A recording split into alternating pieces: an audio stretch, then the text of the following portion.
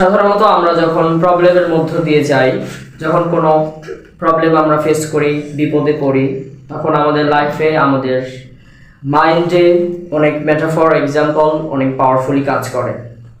তো এই জন্য ছোটবেলায় বড়দের থেকে শোনা একটি এক্সাম্পল, একটি স্টোরি আপনাদের সবার সাথে আজকে শেয়ার করতে চাই।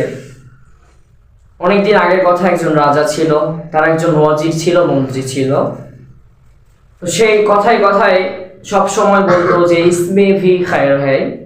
আমরা সবাই যারা শুনছি এটা মনে রাখি, গল্পের নাম হচ্ছে ইসমে ভি খায়ের হ্যায়, এর মধ্যেও ভালো কিছু আছে। আবার বলছি, ইসমে ভি খায়ের হ্যায়, এর মধ্যেও ভালো কিছু আছে। তো তারপরে একদিন হলো কি, রাজামশাই তার শখের তরবারি সে প্রতিদিনের মতো বের করে একটু মোছামুছি করছে। ইন দি মিন টাইমে রাজার হাত থেকে তরবারি কোনো রকম ভাবে লেগে রাজার হাতের একটি আঙুল কেটে যায়। ইন দি মিন টাইমে ওই যে ওয়াজির মন্ত্রী সে বলে ওঠে যে ইসমে ভি খায়ের হ্যায়। তো রাজা তো এবার রেগে গেছে, এইরকম একটি বিপদের সময়, খারাপ সময়, সে বলছে এর মধ্যেও ভালো কিছু আছে।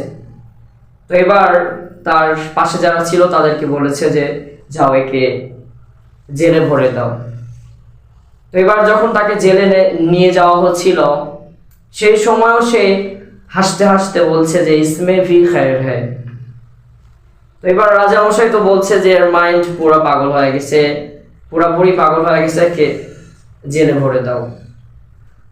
তো এবার তাকে জেলে দেওয়া হলো।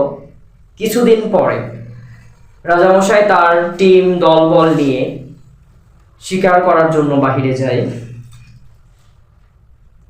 তো একটা সময় যখন তারা শিকারে ছিল, সেই সময়ে রাজার টিম সহ একটি বাঘের পালের আক্রমণের শিকার হয় এবং সবাই বিভিন্ন দিকে ভিন্ন দিকে ছুটে যায়, চলে যায়।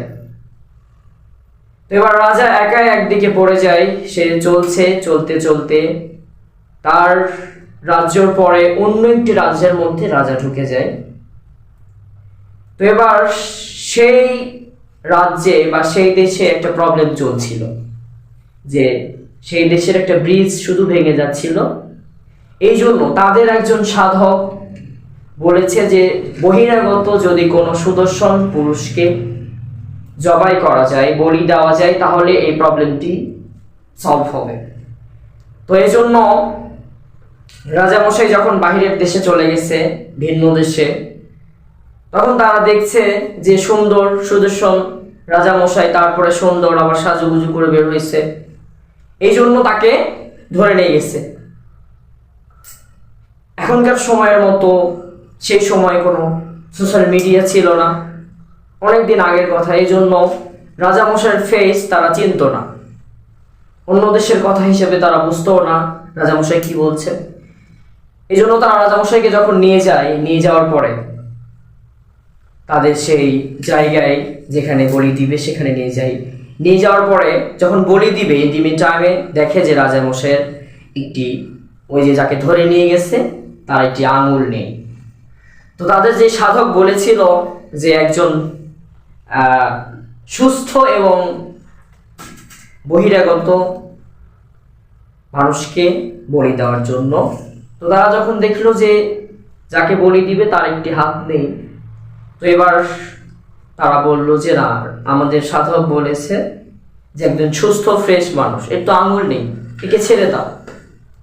তো এবার রাজামশাই যখন ছাড়া পেল, তখন রাজামশাই নিজের আঙুলের দিকে হাত করে বলছে যে, হাত নিয়ে বলছে যে ইসমে ভি খায়ের হ্যায়, এর মধ্যেও ভালো কিছু আছে।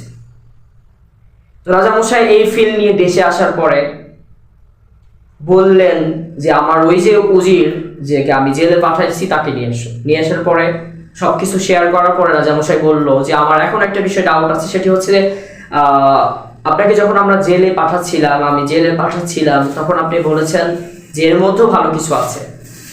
তো এবার ওয়াজির ক্লিয়ার করে বলে যে রাজামশাই দেখেন, এর আগে যতবার আমি আপনার সাথে বাহিরে গেছি, সব বিপদের মুহূর্তে যে প্রবলেমগুলো এসেছে আমি আপনার সাথে থেকে ফেস করেছি, তো এবারও তার থেকে অন্য কিছু হতো না, আমিও আপনার সাথে থাকতাম। তো ফলে আমার তো হাতের আঙ্গুল কাটা নেই, ফলে আপনি বেঁচে গিয়েছেন, আমি বাঁচতাম না। ইসমে ফি খায়র হ্যায়।